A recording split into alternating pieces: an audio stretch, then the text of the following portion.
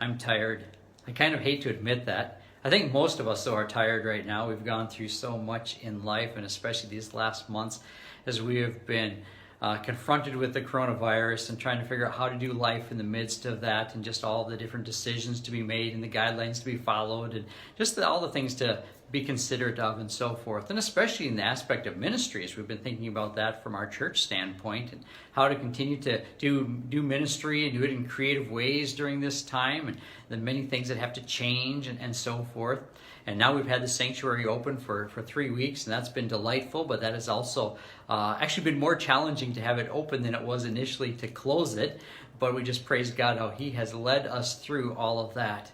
And I was thinking of the story of Moses, and how when God led the Israelites out of Egypt, out of slavery, in that season of life, if you will, a long season of life, and then into the wilderness, and then all of a sudden they have this big battle on their hands. And God lets Moses know that if he stands on top of this hill and holds his arms up all day long, then the Israelites will have victory all day against their enemies. But if his arms go down, then they will suffer defeat.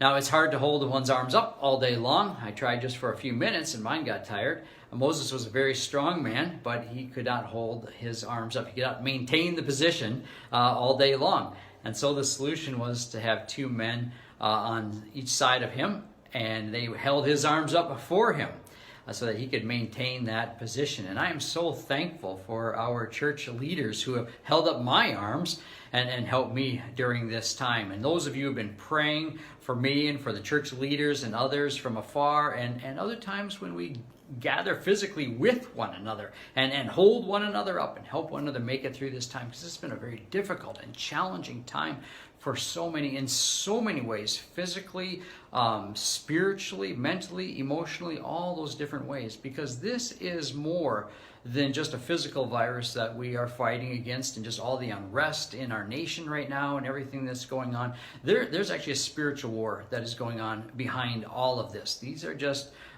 things on the surface, but there's a spiritual war that's going on behind all of this, and we need to be prayerful about that, and we need to be holding up one another's arms in prayer and moving forward together in the power of the Lord throughout this time.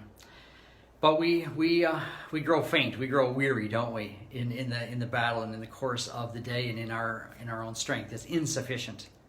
And then I was thinking about Jesus, because until just the other day I had never realized that the position of Moses holding up his arms was the position of the cross. And he couldn't maintain the position, of course.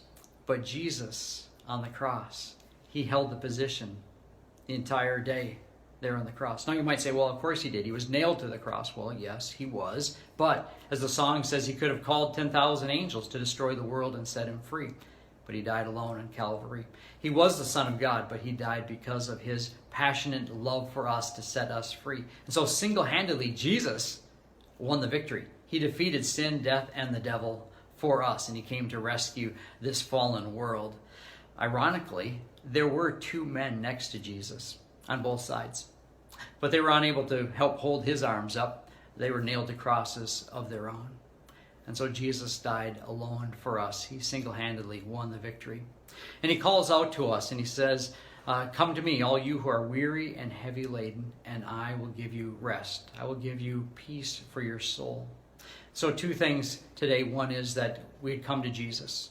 Say, Jesus, I give you my life. I need rest. I need peace for my soul. You have won the victory for me. Let me share in that because of what you did. I couldn't maintain the position, but you, Jesus, maintained the position for me on the cross in my place. And then secondly, that we would look around and see who could we help hold their arms up for them and pray for them and support them, and maybe even physically come and walk alongside them. Be Jesus to them, so to speak, not to save them, but to serve them. And so I pray that as we continue to move forward, we would keep in mind the position of the cross, and how Jesus suffered for us and saved us and served us, and how now we are to serve one another as well. God bless you as we continue to go forward together, holding up one another's arms in the Lord.